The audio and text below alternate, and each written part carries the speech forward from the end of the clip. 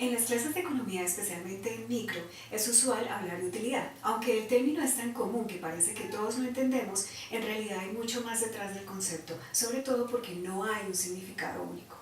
Un primer concepto de utilidad es el del placer o dolor que se siente al consumir algo.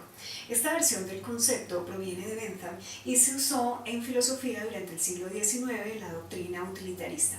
En economía, la noción de utilidad como el placer o dolor experimentado la usaron los llamados cardinalistas de la escuela neoclásica, quienes partían del supuesto de que la utilidad, es decir, el placer o dolor, se podía medir. Cuando dibujamos una función de utilidad estamos usando el cardinalismo porque si nos fijamos en el eje Y, ahí está la utilidad medida en números. Un desarrollo de la utilidad como placer o dolor lo encontramos en la utilidad marginal, que es el placer o dolor que da la última unidad que se consumió del bien. Esta definición de utilidad es más común en las clases introductorias de economía. No todos los economistas estaban conformes con la idea de utilidad cardinal porque no creían que la utilidad se pudiera medir. Por eso autores como Vilfredo Pareto idearon una forma de trabajar alternativa, la utilidad ordinal. Los ordinalistas no se preguntan cuánta utilidad da una manzana o una pera, sino si se prefiere la manzana a la pera. A ellos solo les interesa el orden de las preferencias y no la cantidad de utilidad. Por eso ellos no suelen hablar de funciones de utilidad, sino de curvas de indiferencia, que son un desarrollo importante de la utilidad ordinal. En una curva de indiferencia, todos los puntos, es decir, todas las combinaciones de consumo que se presentan de dos bienes, tienen la misma utilidad.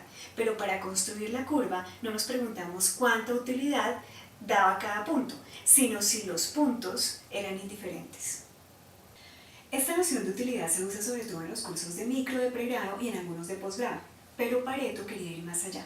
Para él, hablar de placer o dolor hacía que la economía dependiera de la psicología. Por eso le gustaba hablar de ofelimidad, una especie de utilidad que no tuviera elementos psicológicos. A finales de los años 30, Paul Samuelson avanza en esa dirección con su idea de las preferencias reveladas. Para Samuelson, la utilidad es aquello que se maximiza en las decisiones de los individuos. Esta noción de utilidad se usa sobre todo a nivel de posgrado y en investigación a nivel teórico. Esta noción parte de que lo importante no es lo que la gente diga, sino lo que haga. Y lo que se hace está maximizando la utilidad de la persona. El economista no se pregunta por si eso es placer u otra cosa, se centra en la acción efectiva. Pero autores como Savage permitieron que la utilidad cardinal no desapareciera. Ellos no hablan de la utilidad que se obtiene al consumir, sino que hablan de la utilidad que se espera al consumir.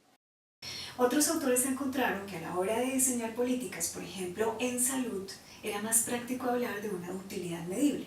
Los que trabajan en teoría de juegos también encontraron que era mejor utilizar una utilidad medible que representaban en dinero. Finalmente, los neurocientíficos encontraron que se podía identificar cuando una persona sentía más placer.